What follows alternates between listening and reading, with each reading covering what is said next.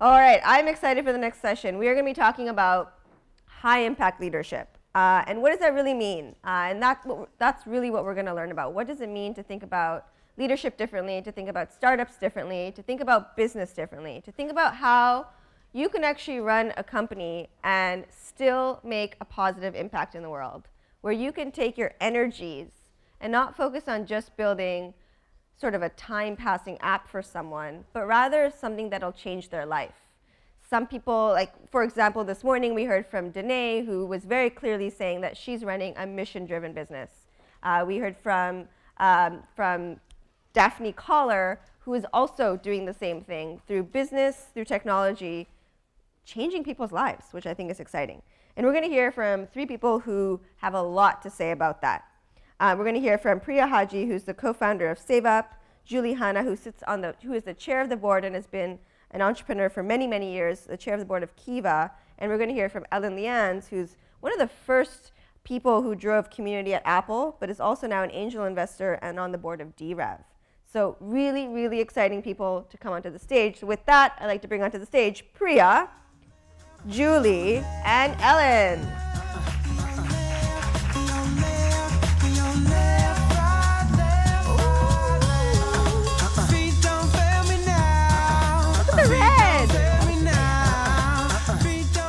All right, so we're going to do this a little bit differently than normal.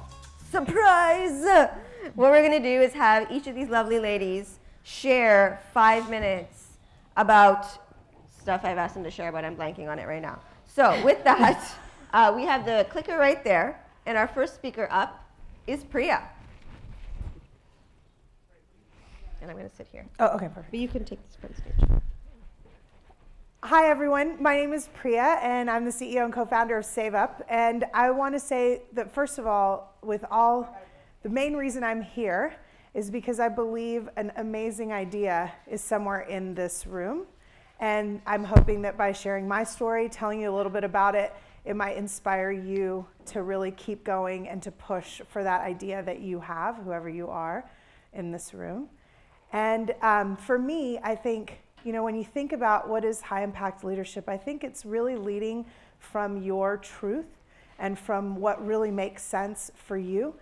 I grew up in a little town in Texas, and I grew up I did have an Apple, actually. My mom was a technology Indian nerdy mom, and I saw that when Apple had its, 20-year, or is it 30-year? Oh my gosh, but we had one in our house. And the vision that I had of my life then was I thought that I would grow up to be a doctor, like my parents, be a good Indian immigrant girl and get married, and live in a white picket fence American Indian version of my life. In reality, now, this is my fourth startup, and my life is not as a good married Indian girl. I actually never got married, but I did decide to have 2 kids on my own. And and I decided that, I hadn't met the right person, but I didn't want to sort of miss out on all the good things that could be behind that door. And so I used a donor. I had 2 kids, and I have a beautiful son and a little daughter, Zen and Omi. Ow. And then I got into medical school. But instead, I felt very, very drawn by the problems in a community that was right near Stanford at that time in East Palo Alto. And for those of you that know East Palo Alto, it's a low-income African-American and Latino community. And what I felt really drawn to was to figure out, could we build a scalable solution to really help people in a meaningful way? And I found that what I was most authentically was not a doctor who helped one person at a time, but I was an entrepreneur who, if you could build really scalable solutions, you could help a lot of people at once. And with that in mind, my first startup was actually, my first startup was actually with my dad. When I was 16, we started a free health clinic in the town that I'm from. And my dad was like a dad who was kind of the guy that was like, sure, why not? So, when he wanted to start this free clinic, and he's like, we should see poor people and give them healthcare. And I'm like, yeah, let's do that. And nobody wanted to set it up, and I'm like, I'll do it. And so, I did all the incorporation. I got all the initial funding. I helped get it set up when I was like 16 years old. But when I was at Stanford and supposed to go away to medical school, I ended up starting this organization called Free at Last in East Palo Alto, which has now become a national model program for substance abuse treatment for African Americans and Latinos. And we built a whole model of care and treatment that's designed to help people in a much more scalable way, and became part of the Center for Substance Abuse Treatment's systems and laws, and have built all kinds of alternative sentencing things. But from there, what I started to really think about was how technology could play a much bigger role in building scalable solutions. My last company, called World of Good, is designed to help small-scale artisan producers in developing countries to reach markets. And that company grew and helped women in 55 countries, and then became a part of eBay. And so then we come into the recession, and what I really wanted to think about was how could we build a company that could help Americans recover? And how could we build something that could help people rebuild savings, rebuild and get out of debt? And could we do it in a fun and innovative new way? And with that in mind, we've created an app called SaveUp, where you literally win prizes and rewards, including a $2 million jackpot, using all these behavioral economics models to get people saving money and paying down debt. And the most amazing thing is we've been doing it for about 18 months now, and we just crossed $1.5 billion that's been rebuilt in assets through saving money and paying down debt on SaveUp. This past week, the app just got Best New App in the Finance category. And the part that for me has been the most exciting is to see people in their 20s and early 30s getting out into a positive financial journey in a really fun way. And so I think the challenge for all of us in this room is to free your mind and to go for that idea that feels a little crazy, and to do it in a way that feels authentic to what is calling you at that moment. And everything and every venture I've done has been based on following a passion that at that moment felt like it could not be denied. And I encourage you to follow that and to do that thing, even though it sounds a little crazy or impossible at the time. So, thank you. Oops. All right, next up, we have Julie. Do you want Ellen next? Is Ellen next? Did I have her wrong? No, it's Ellen. Sorry. Up next, Ellen Leanse. Thank you, Shaherose. I'm Ellen Leanse. Happy Valentine's Day, everyone. It's wonderful to be here. I'm a board member for D-Rev and have been an active participant in technology innovation for more than 33 years.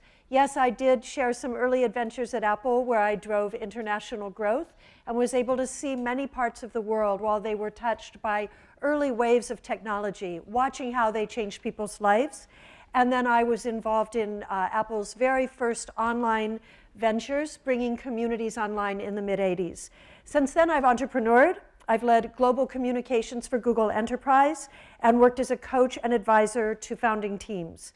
And I've always seen people, much like Priya said, and I'm sure Julie will certainly say, I've always seen people as a reason for being in this industry. Innovation helps people elevate their full potential, and nowhere more than in healthcare innovation. The reality, though, is that much innovation, and certainly much healthcare innovation, is targeted at a minority use case.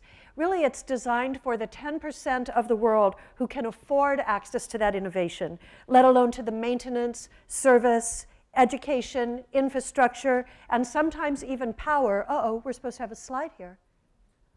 Let's see. On it. On it, thank you. And sometimes even the power supplies, as Obi said earlier today, that allow these innovations to run.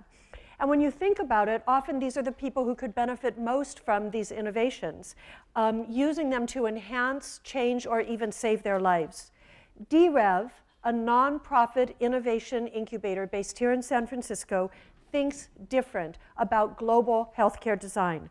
We design products with the total planet in mind, addressing the economic and local realities facing some 90% of the human family. And yet we address these realities without compromising anything in terms of quality of care, quality of or reliability of service, or thoroughness of treatment, as you will soon see. We build products that address real global needs and real global realities at world-class quality standards. And we remove, this is important, the barriers of price and privilege that have traditionally separated so many people in the world, the majority of the world, from the healthcare solutions and full lives they deserve to have. Now, how do we do that? There are two ways, and they really hark to what you also said, Priya. That's, first of all, a deep understanding of the problems, the real problems that face people around the world, and then rigorous and proven design methodology. There's unique design thinking that all of us can learn from with D-Rev that is about going deep into the problem and the way to solve it at the most simple and elegant scale. So currently we're tackling two looming global health problems, mobility and neonatal well-being. And I'm going to share a little bit about both of those with you. So our flagship project is Brilliance, which is, as you see there with the blue light, a neonatal therapeutic, phototherapeutic device for treating jaundice.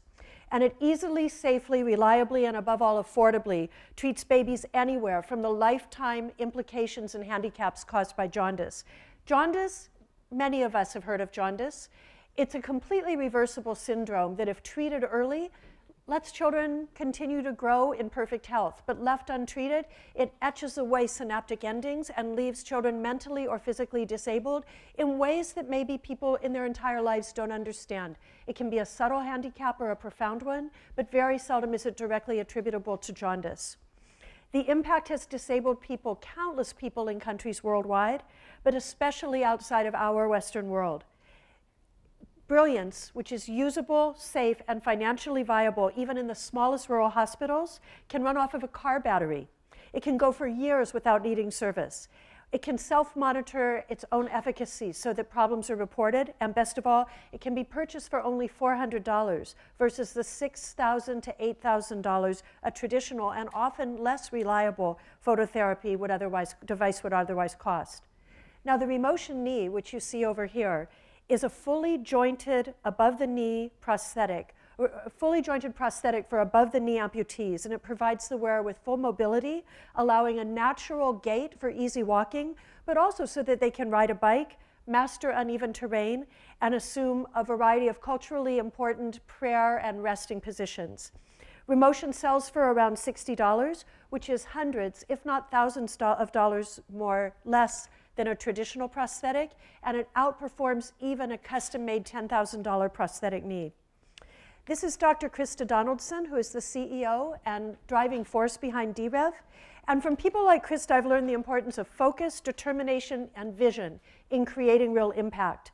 Driving change may not be a popularity contest. It may cause you to be controversial, not to live up to other people's expectations of you, and especially if you're a woman, be cast in a role that's less reflective of you than it is of the person who categorized or labeled you. You have to be okay with that if you want to create impact. You have to decide if you're here to please the world or to change the world. D-Rev can make us all better at creating revolutionary innovations and companies that create impact for others and satisfaction for ourselves. I look forward to having that conversation with you, Julie, and Priya in the next few minutes. Thank you. All right, up next, Julie Hanna. Please take the stage. Thank you.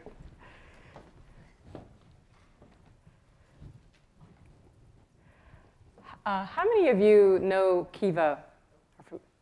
Okay, all right. Awesome. Well, this is the godmother of crowdfunding right here. Her name is Elizabeth Amala. And in 2005, a young couple from Silicon Valley traveled to Uganda and happened to meet her. She is the mother of 5 children, single mother, and she's an entrepreneur. And people like Elizabeth have really come to change our idea of what it means to be an entrepreneur. She's a fishmonger. And she would sell fish by the roadside. And she was able to support her family, but she couldn't eke out enough of a profit to send her children to school. And when Matt and Jessica, the couple, met her, she talked like all mothers do. She talked about her dreams for building a better future for her children. And like all good entrepreneurs, she had a plan for scaling her business and making it more profitable. And like most entrepreneurs, she couldn't get access to loan capital. Pretty universal problem. And what they learned was that she had these ideas about what she would do if she could get access to the loan capital. And when they heard her story, they realized that if anybody heard this story, they'd want to make a loan to her. They wrote home to friends and family And sure enough, within days, $500 loan was given to Elizabeth. And she did two things with that loan. She bought a bus ticket, and she bought a small refrigerator. And the bus ticket was to get to Lake Victoria, where she could buy fish directly from the fishermen and cut out the middleman in her town. Lower cost of goods, increased profitability, and the refrigerator allowed her to buy larger quantities, and she scaled her business. And in a short while, she repaid her loan in full and began sending her children to school, and her life was changed forever.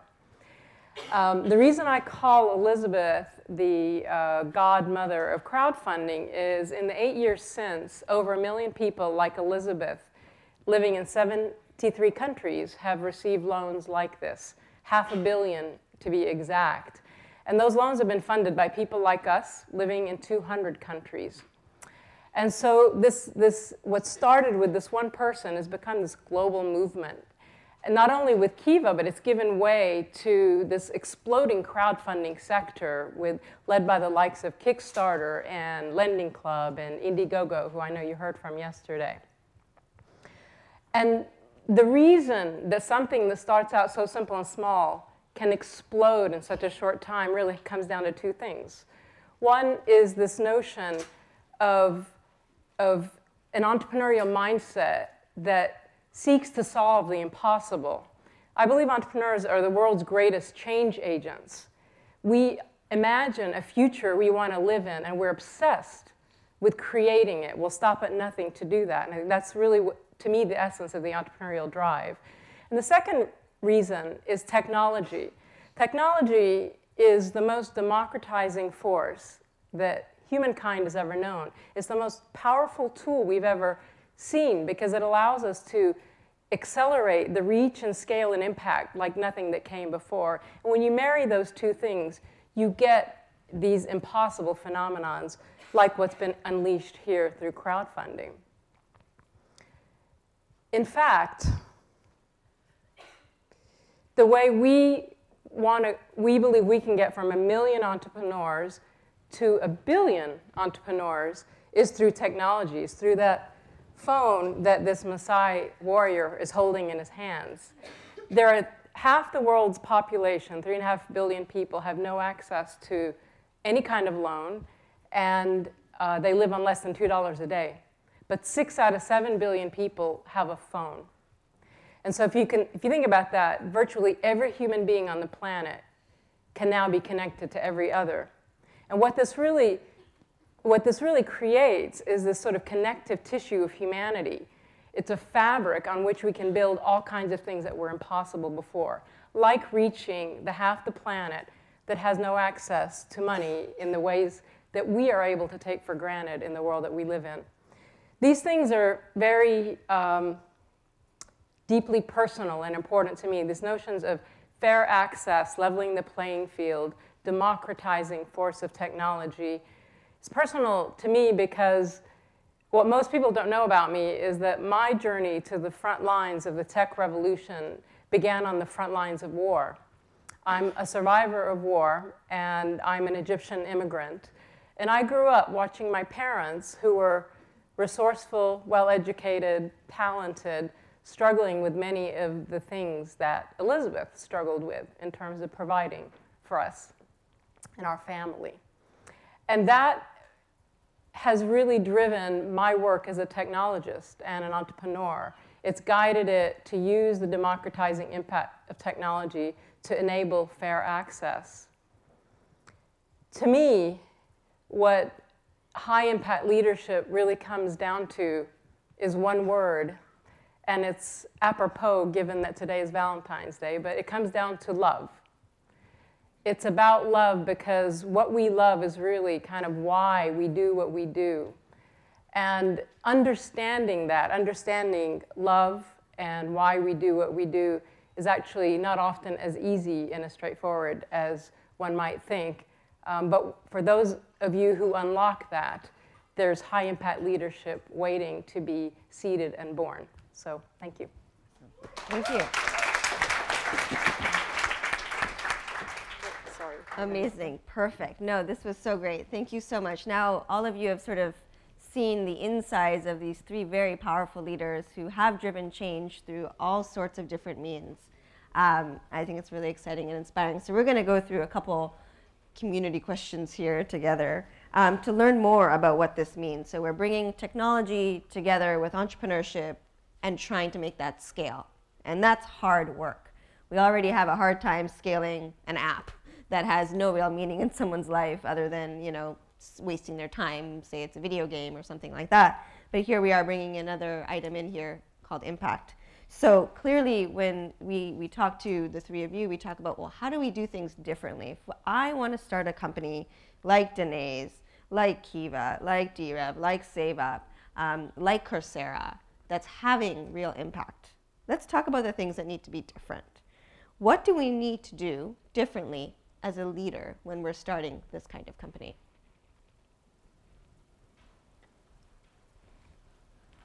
I stumped him. We're way too polite, aren't we? Yeah, that's what it is. I think so I'll too. take the first step and it'll get better as we go along. But I think it's very important not only to consider what we do to innovate or to entrepreneur, but why we do it and how we do it. You know, there are things that have been said in the room today, and even something you just said, you know, the thing that really fuels us most has to be love, but we have to be driven by wanting to change something. And so often, especially here in the Valley, it's easy to have examples of people who get accolades or funding or reach success simply because they've done something that is evaluated or seen for the technology that it is. To create real impact, the story, the vision has to see beyond that, and it has to be about why we are doing it, what authentically and intrinsically fuels us to make change happen, and how we do it to make sure that the result is achieved. So I would synopsize that by saying not so much what as how and why. Mm-hmm. Mm-hmm. Anyone else want to comment on that? To me, there are two kinds of companies, having kind of been in Silicon Valley for 20-something years now. I'm dating myself, but the Silicon Valley I came from kind of really had its roots in being mission-driven. Kind of driven to change the world. We're always on a mission to change the world. There's another kind of company that has emerged and emerges during boom times like we have now, and they tend to be kind of more mercenary-driven cultures. Mm-hmm. And so that's an important dividing line. I think so much of this is about mission-driven culture, is about doing something, belonging to something that is bigger than yourself, and that gets back to the why. And you know, I call the mercenary-driven cultures are the entrepreneurs that come in and pitch me and say, hey, I've got the next Angry Birds killer. And it's like, okay, why is that important? We're gonna flip this company, we're gonna grow, versus the kinds of things that we've heard on the stage today. In terms of a belief, a hope, in how we can move the human ecosystem forward, create a future we want to live in, and use technology to do that. So technology sort of as a means to an end as opposed to an end unto itself. Yeah, absolutely. So then what else is different? I think the business models are a little bit different. Would you agree? And if so, can you explain to me how you approach these business models differently, even in the nonprofit context, with the mashing of technology with impact? Well, having led both nonprofit, which is like my first two startups, and then also for-profit venture-backed, which is SaveUp and World of Good. World of Good actually had a nonprofit and a for-profit. So I think that what I would say is that the organizational structure is really in service of the mission. It's not, you can run a company that's all about mission and purpose and be venture-backed, and you can do it and be a nonprofit. I think it's figuring out the different levers in each model, how they work, and how to optimize what you're trying to build and use the right vehicle for it. I don't think that the structure doesn't define whether or not you're mission driven and purposeful. I think it can work either way. I'd love to explore also the fact that impact or mission-driven company can actually have a very financially viable business model, and that focusing on that model from a product development perspective, delivery to market, the sorts of partnerships that are made, there's no reason to strip profit, conventional profit or capital gain out of that simply because it's mission-driven. I think it's really important to look that a lot of companies that have not been mission-driven have possibly, in a mercenary way, exploited financial margins or opportunities that may not even be necessary for a disruptive technology, even if it isn't a mission-driven disruptive technology. So being really true to your business model is very important. And then I would also think that there are certain types of capital, or certain types of gain that are probably not sufficiently valued in traditional business models, but actually lead to very sustainable and long-term healthy cultures and companies. And those might be things about, what is the value of social impact? What is the value of goodwill, and how it would maybe support a company during a harder time, or during a time when there was recessive growth or something like that. So I would say that there are no limitations on what is possible with a business model for a mission-driven or impact-driven company, but it is going to require you to think outside the norm and decide how you want to create value. Yeah, I tend to think of it in the frame of sustainability. That, and one of the things that's not talked about as much, the innovations in Silicon Valley, is we talk about technology innovation, but we don't talk as much about another important innovation that happens here, which is business model innovation. And it's really the same regardless of what kind of company you're building, is what is a business model you can innovate that's going to allow you to be sustainable? And I think that's an important question for whether it's a for-profit, a B Corp, or a nonprofit. I think one of the things I see with nonprofits that is really challenging is if you don't have a sustainability model, you end up living this hand-to-mouth existence where fundraising becomes sort of an end unto itself, and every day you're fundraising is a day you're not furthering your mission, and it's a real trap, and it can be a real challenge. So if you can get to a sustainable model, then you can sort of work your way out of it, in the same way that startups are trying to get to sustainability. A startup is a temporary organization in search of a business model, right? So it's the same. So this question is for Priya now. You're in the thick of it right now, running a startup. Not too long ago, you were building your team for this startup. And to build that team is already hard as it is, right? When you're saying, I'm in the Valley, I want to start a tech company, tech-only company, but you're saying, I want to start a tech company that has impact. Was it any different to build that founding team? Well, I actually think my experience has been that it's actually easier. Because I just think that many people want to use their talents and their capabilities to greater purpose. I think the question is finding people always that see and align with your mission and your vision, because anybody who's going to put that level of effort and intellectual commitment into anything wants to feel that alignment. So I think that's really more what it's about, but I don't think it's harder. I think it's easier. That's great to hear. Tell me how you found your co-founder.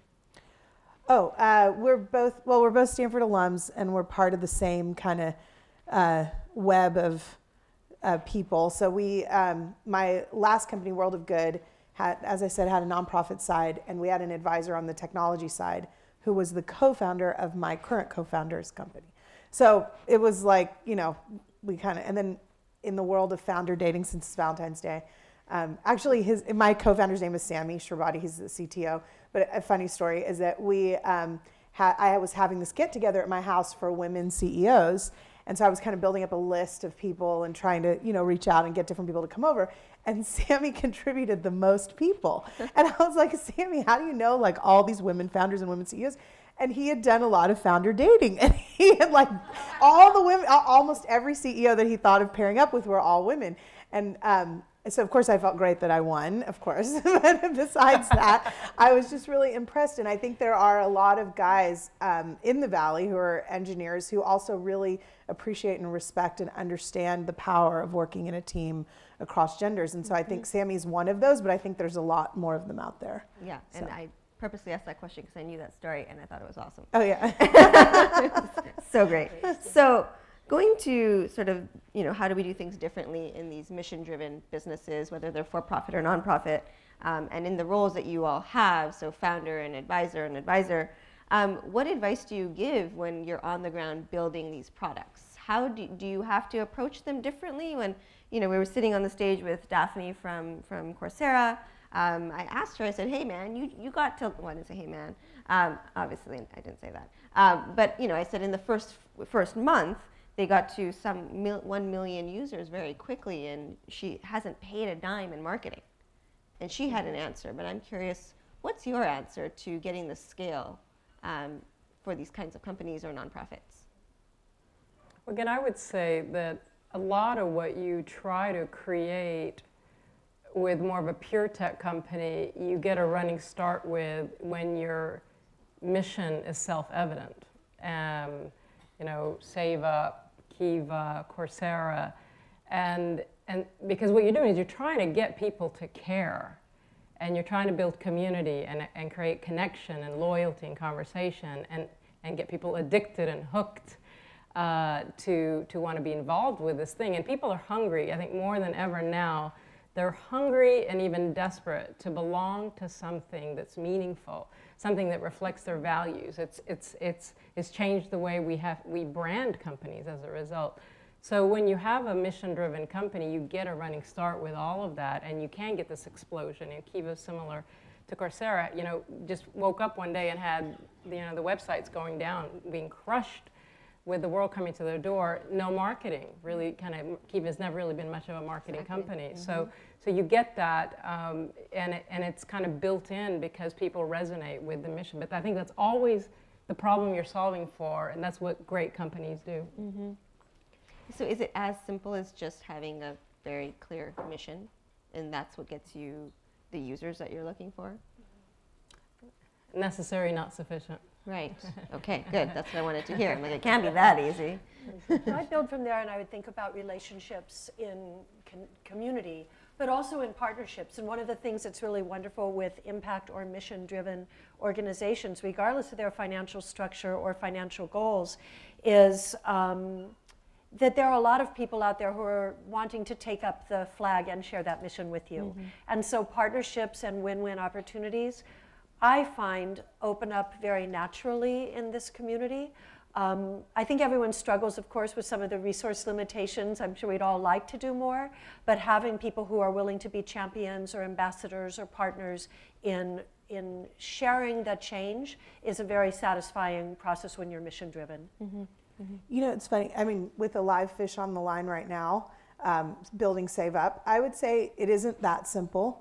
And we face our own challenges. So, just talking a little bit about that, I think, it's interesting because I think as a mission-driven and consumer-facing product, with World of Good, we had fair trade sustainable products from communities very similar to Kiva, and we built products we sold their products, and it was kind of vitamins of retail products for people who liked vitamins.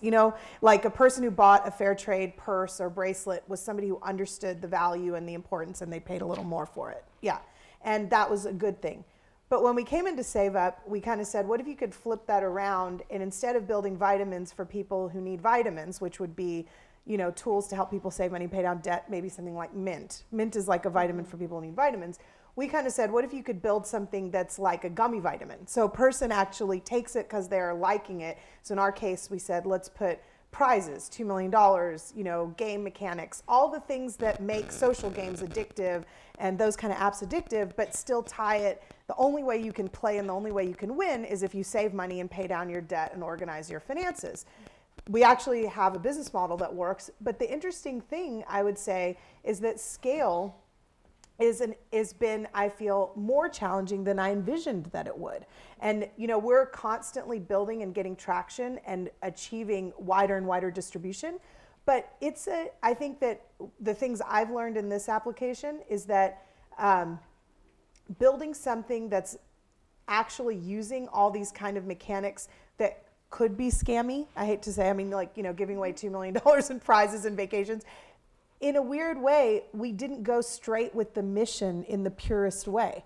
We kind of used this fun on top of our mission. And it creates a different challenge in the product and the marketing message and all of that. And I think what I would say to every entrepreneur is, as you're building, it takes time to find the right marketing messages. So mission, as you said, is like necessary and not sufficient. And with SaveUp, we've learned how to hone and get better and better and better at the right way to position it. And partnerships for us has actually been a really important piece of the puzzle, because introducing a product like SaveUp through a partner can give it the trust and credibility that if you see it in the App Store by itself and say, oh, I could win $2 million for saving money, should I trust this?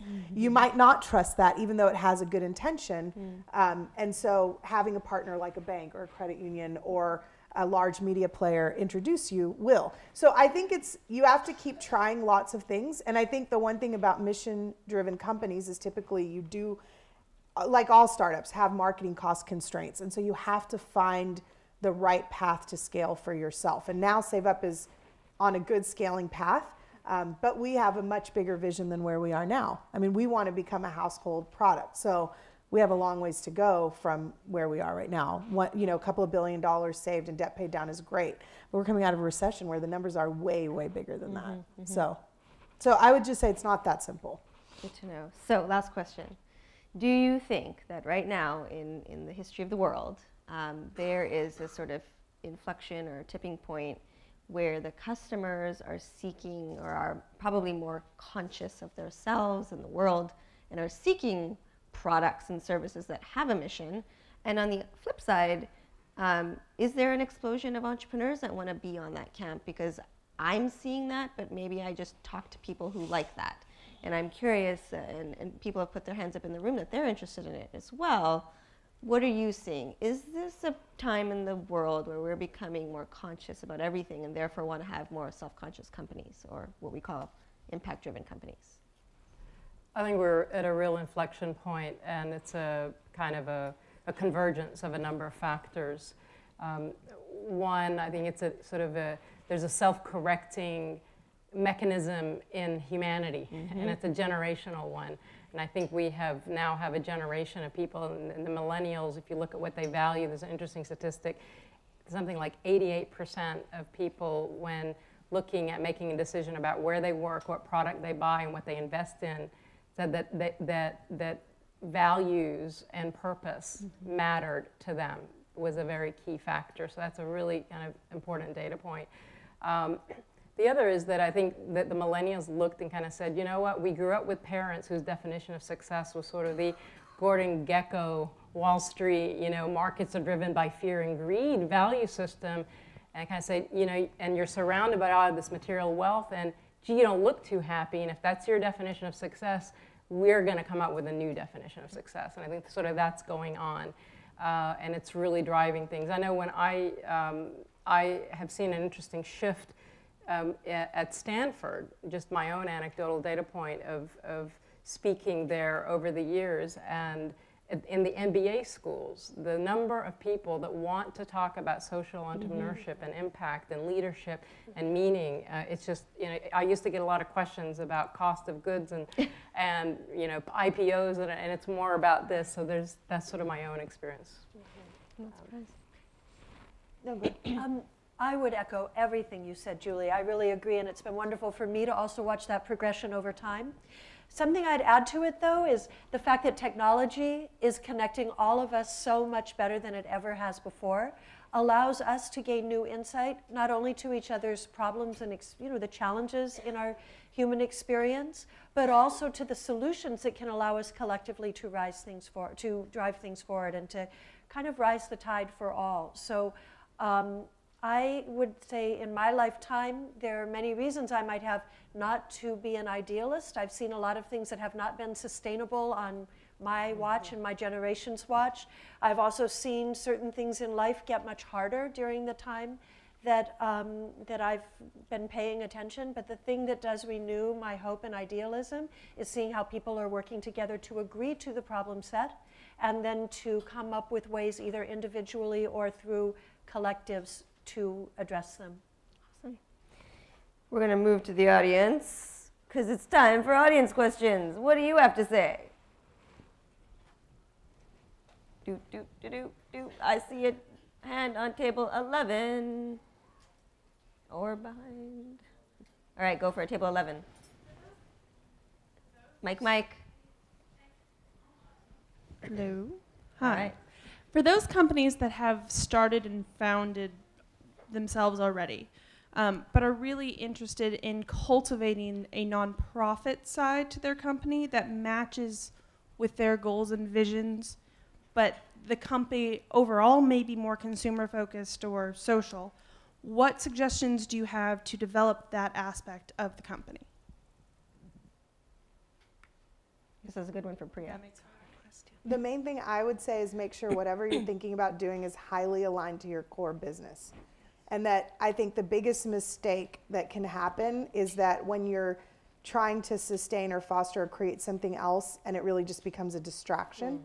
And so I think that for me, why I've loved the things I've done and even what I'm doing now is because what makes it powerful is that the core of the value proposition, the core of the mission and the purpose is in the product itself.